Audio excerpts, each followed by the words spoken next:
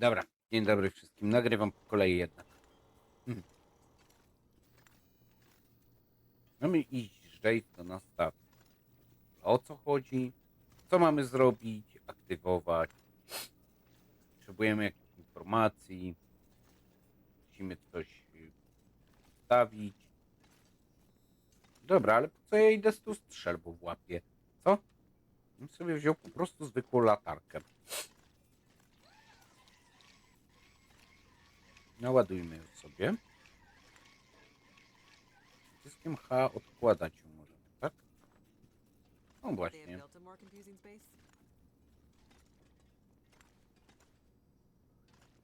No też się zastanawiam, kto mógł to takie zagmatwane. Ja potrzebuję odpocząć. Jace, bo my za chwilę padniemy. Skończy nam się energia. Mhm.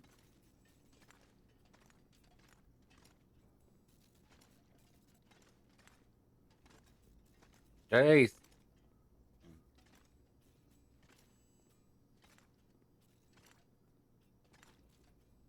Szybciej. Kobito, bo ja mam kupę. Ale solidne kości. Jace, proszę cię, szybciej. No mamy drobny problem. Żona na nas czeka.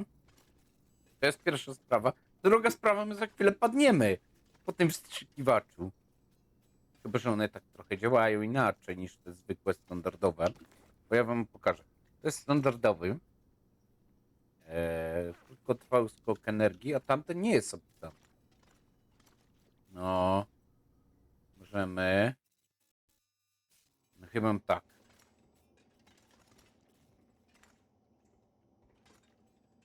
Urządzenia nastawcze teleskopu Suzuki. Region geotermalny Suzuki.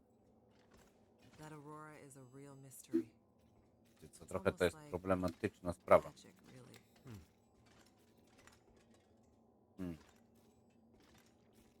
Słuchajcie, bo my tak naprawdę mamy dostarczyć te leki dla naszej kobiety. A, miałem potestować też latarkę swoją. Taką kręconą. Mam taką na korbkę latarkę.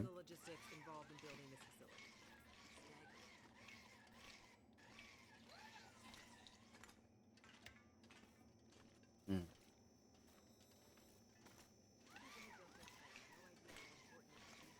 Hmm.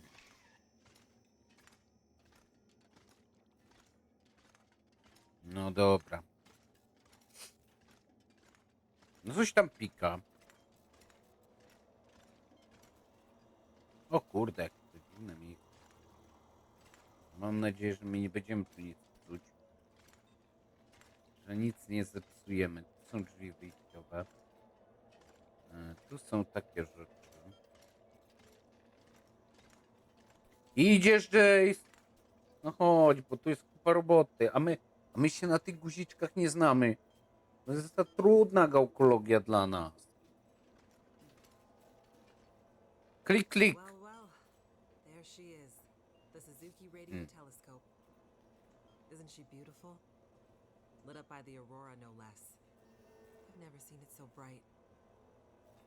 No. Ja też nie. Let's hope we're not too late.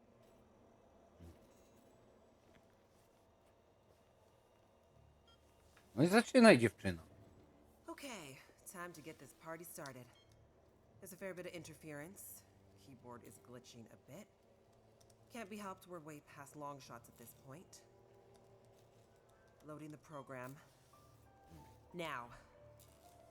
Are you in place? I'm seeing some spikes on the sensors at the peak. Shouldn't be long now. What do you need me to do? Okay, this is the tricky part. I'm gonna have to run the program and update the code in real time to modulate for the aberrant magnetic field and... Jace. So I'll be busy focusing on that. Meanwhile, once the telescope grabs a signal, we'll need to follow the source. The new data will help flush the buffers, and the data in the buffers will get pushed to Dr. Atwood's workstation for processing. It's an archaic system, but best I could do with 30-year-old technology. I'm still not clear on what you need me to do. You're a pilot, right? Yep. Know how to adjust your heading to follow a radar beacon? Yeah, I have a pretty good idea. Same principle. Grab the big metal wheels at the base of each leg of the telescope sensor assembly. You'll see a bunch of numbers around the edge. When my program outputs specific bearings, I'll shout them to you. And then you have to find a way to match those bearings as quickly as you can. O, It's easy enough. dziewczyna. The timing has to be perfect. Got it. Okej. Exactly perfect. I hear you loud and clear. Did you say you got here after crashing your plane? Don't start. Get ready. I'm seeing some power spikes. Something big. It's happening. No dobra, ale my mamy iść. Get ready, Mackenzie. Dobra, ale gdzie mamy iść? Co robić? 15 minut. Ale czekajcie, bo my... Co ja mam robić? Te drzwi są zamknięte. Te drzwi... Ja mam biec tam, tak? What a mess. Look for the wheel, Mackenzie.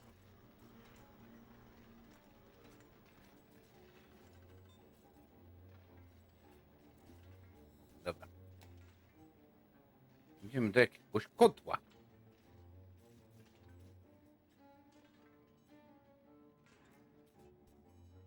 Chyba to.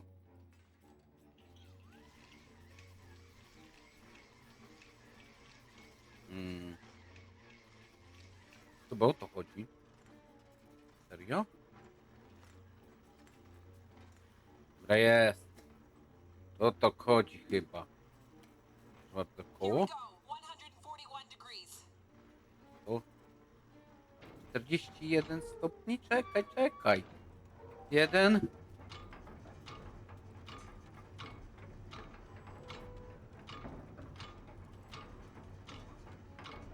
Nie w tą stronę kręci.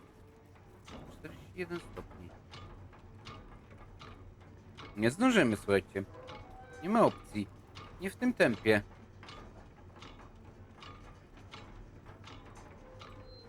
Że my mamy się tak bawić, to nam zejdzie i zejdzie.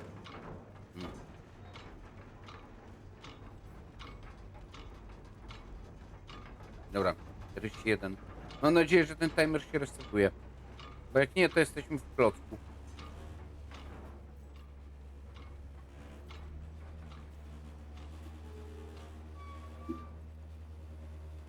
Jest.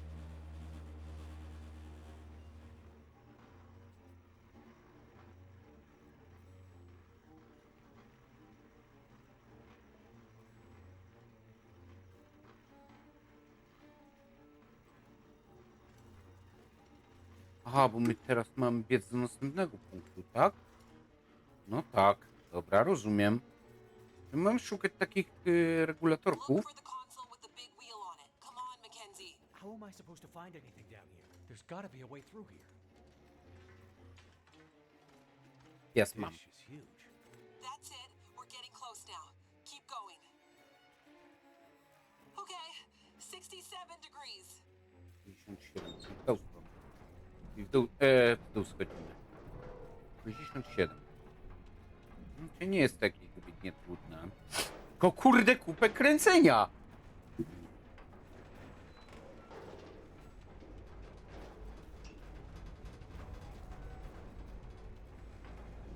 Sześćdziesiąt siedem.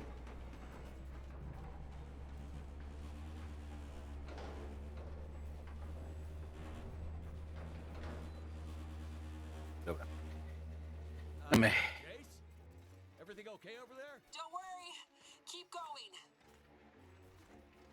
Last bearing incoming. Come on, you sweet, sweet program. Don't let me down.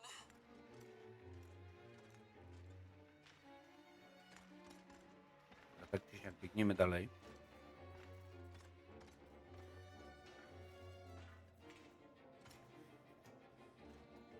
Mam następny. 156, Mackenzie.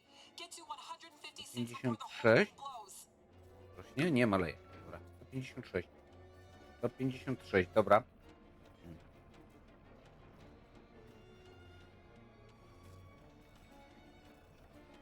Chłop się nakręci tym kołem.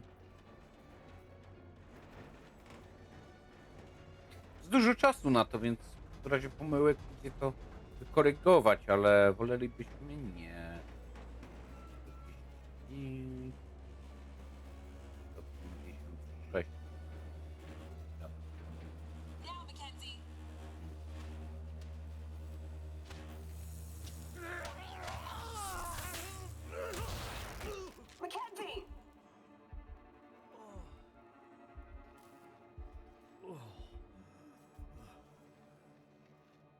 Wiemy.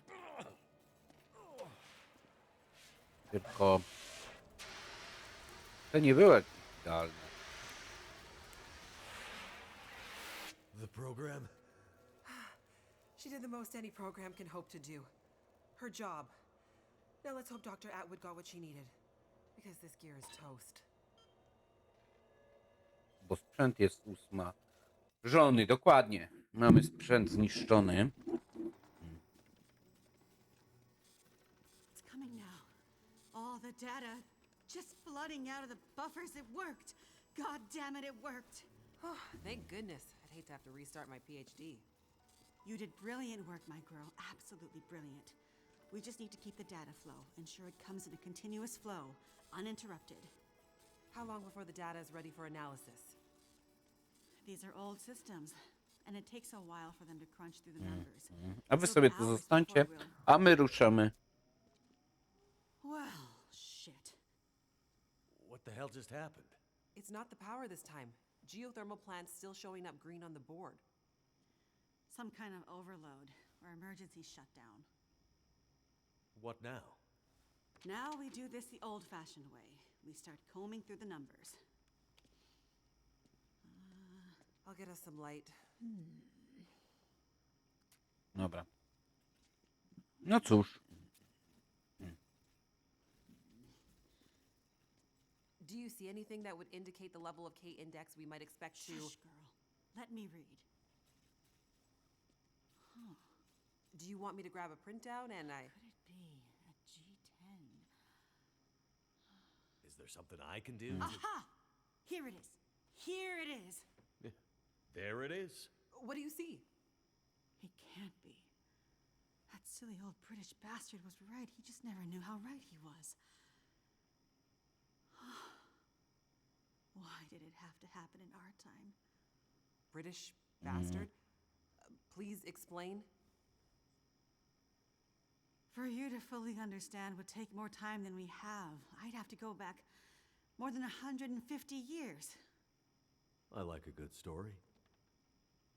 I think you deserve some answers. Myślę. No dobra, to słuchamy zatem historii.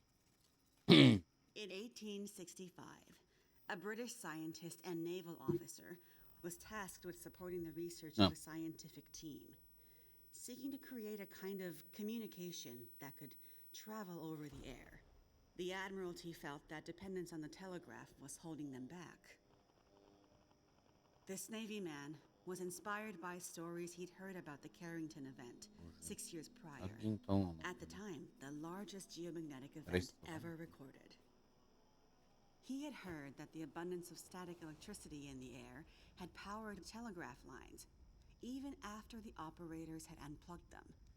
Fires broke out due to this geomagnetically induced current. It got him thinking. This scientist's research led him all over the world, and he began to piece together a picture of the Earth's geomagnetic profile, and something about the operation of the sun and its effects on the Earth's magnetic field. Remember, this was 150 years ago, and well before they had the equipment to prove any of this. But a theory began to take shape in his mind that suggested the sun went through cycles of geomagnetic activity, No ciekawe. waxing and waning, but sometimes spiking inexplicably in dramatic ways. The historical record held evidence of many of these events, but in pre-industrial times, the impacts were more subtle. Even in the mid-1800s, there wasn't enough power infrastructure to really feel the impact of these spikes, so it wasn't of grave concern. But the growing dependence on telegraphy suggested this shouldn't be ignored. And this scientist predicted that if the level of electrification continued to grow exponentially, as was predicted, this would create a serious vulnerability that could be exploited by their enemies at great cost to industry and society at large. He was given a secret commission from the Royal Geographical Society to prove his theories and to come up with a strategy that would ensure the British were in the strongest position to exploit any such geomagnetic disaster. After another decade of research, this scientist began to suspect that this geomagnetic current that existed all around them could impact many other things, and more deeply. He began to study migration patterns of animals and gathered evidence of whale strandings, bird die-offs, and other unexplained mysteries relating to animals' innate abilities to navigate vast distances with great precision without the benefit of modern tools or equipment. Eventually, he knew he had to travel north to the Arctic to really test his theories.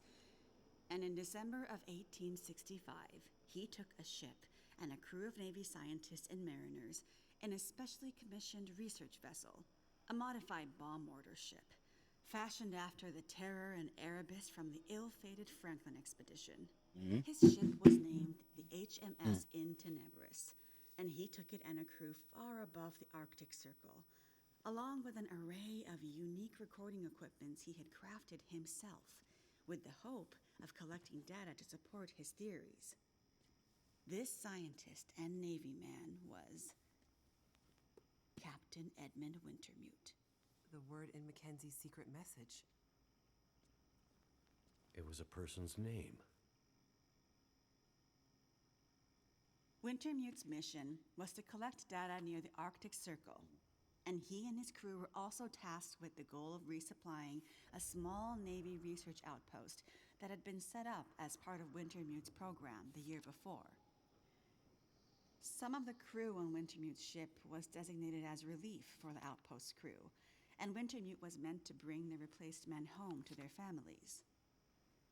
A few days away from the Arctic Circle and 2 days from their destination, Wintermute recorded increasingly active aurora and other geomagnetic activity around the ship, including St. Elmo's fire.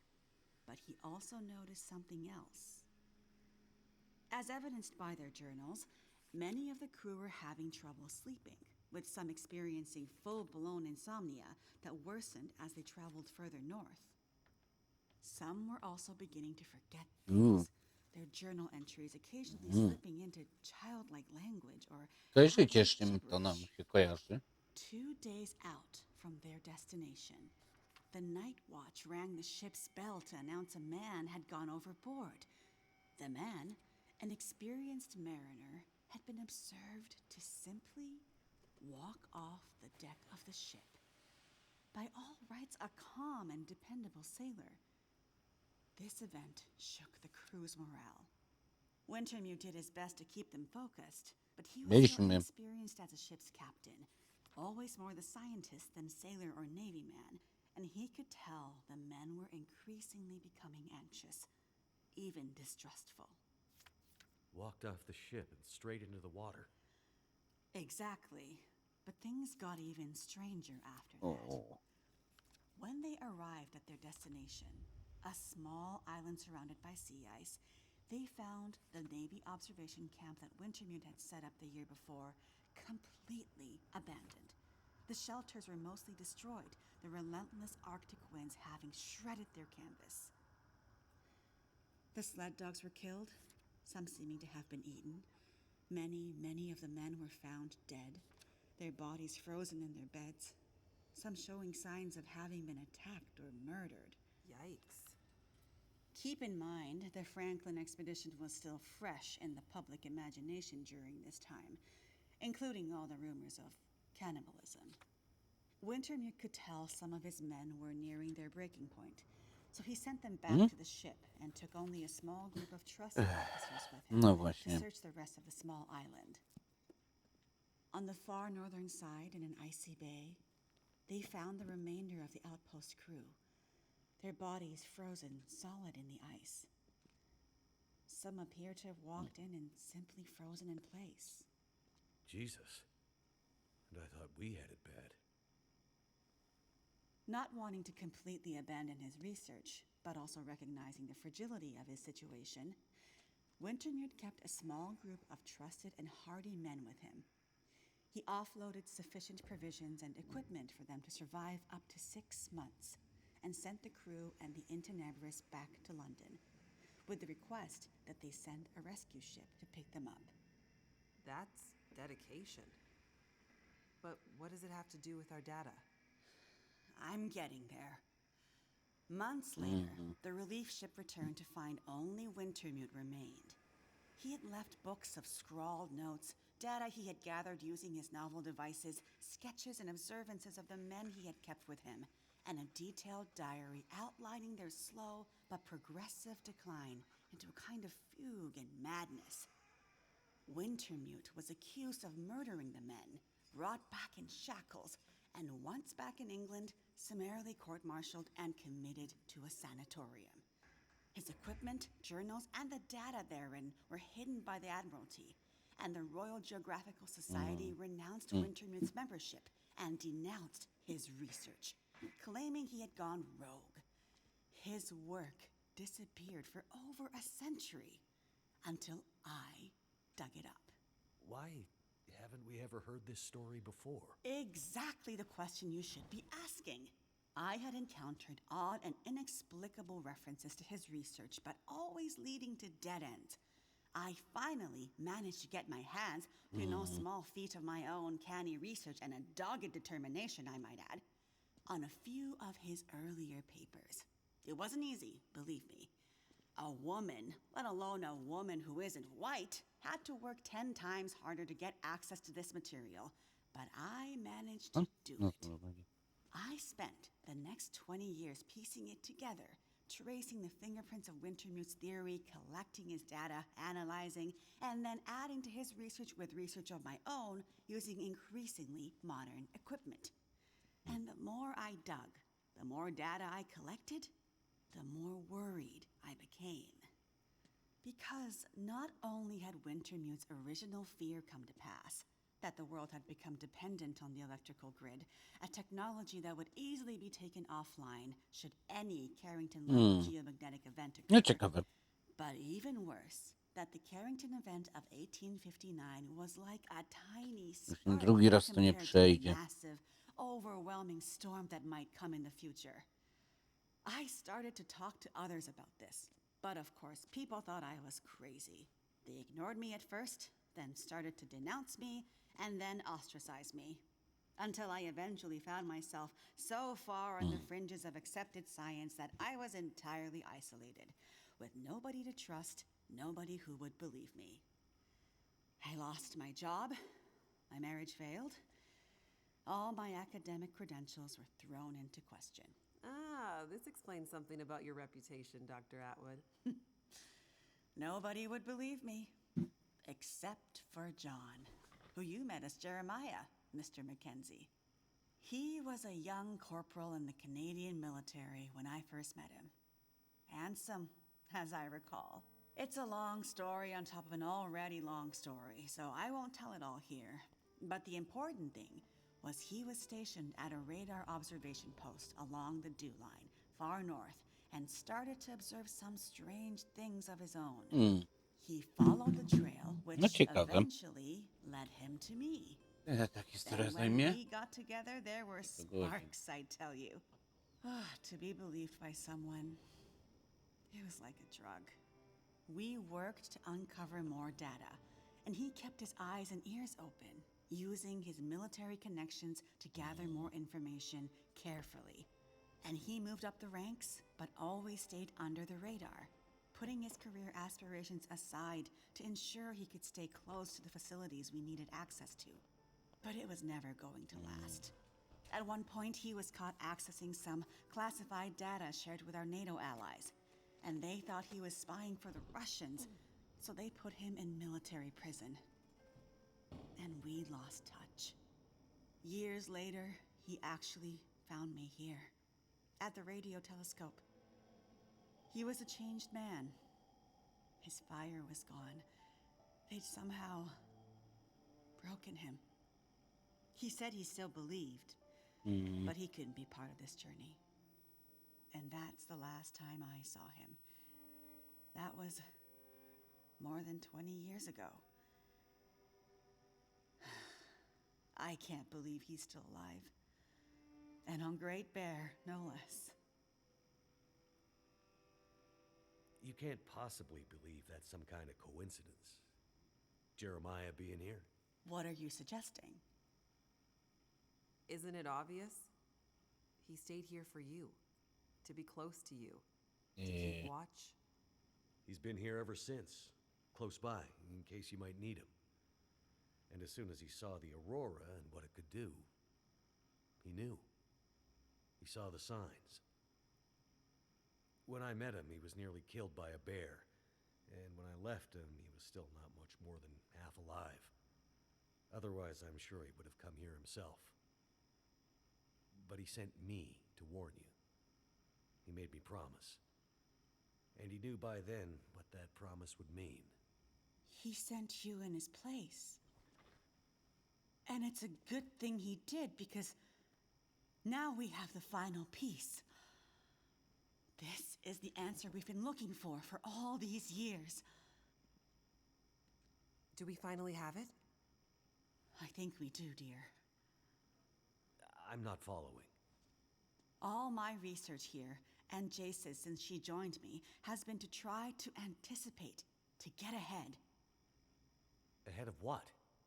The next big Carrington-level event. The thing Wintermute spent his life also searching for.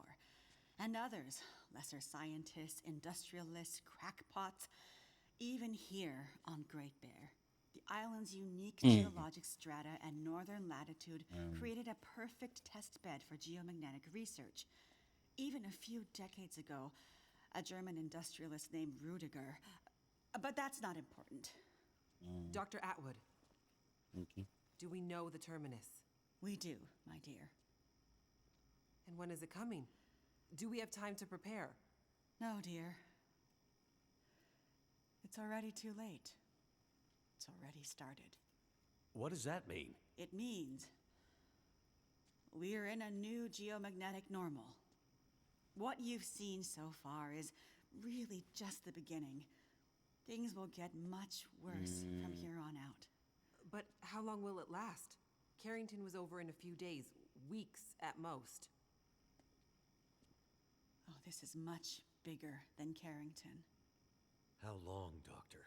I hesitate to say. With the data I have, I can only offer a vague range. 40 to 400. Hours? Days? Years. Wintermute tried to warn us 150 years ago, but nobody listened. And now we're at the very beginning of a geomagnetic storm. A disaster of such proportion we've not seen its like in recorded history. The power grid is down.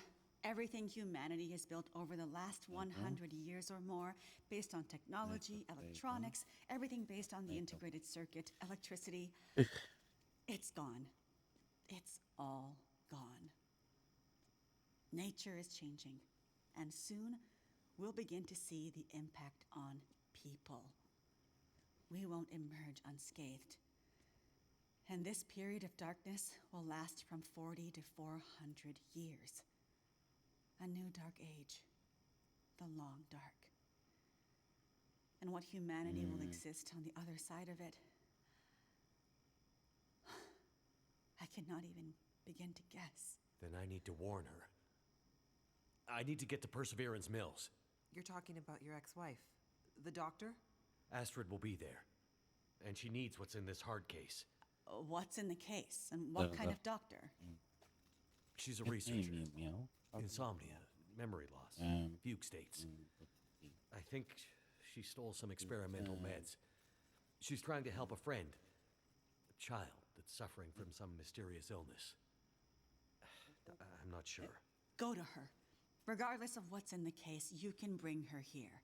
Her and anyone else you care about. We have to think about the survival of the species now.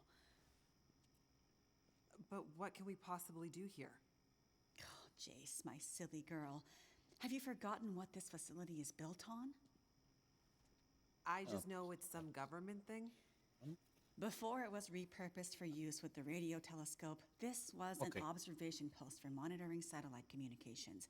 Mostly American, Russian, some Chinese, Cold War stuff.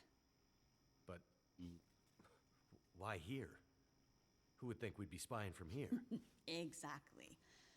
A few floors below us are the magnetically shielded dorms and storerooms designed for the folks who used to live and work here back in the Cold War. The whole place is basically a big bunker.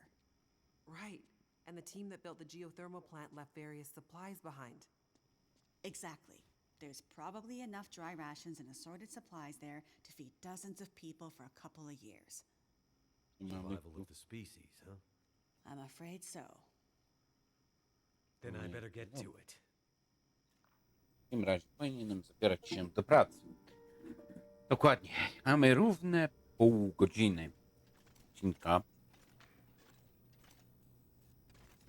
Oni tutaj sobie grzebią, a my mamy znaleźć w tym momencie Astrid w wytrwałych młynach. Co nie jest zbyt miłą wiadomością. A zatem, słuchajcie, ruszamy do wytrwałych młynów.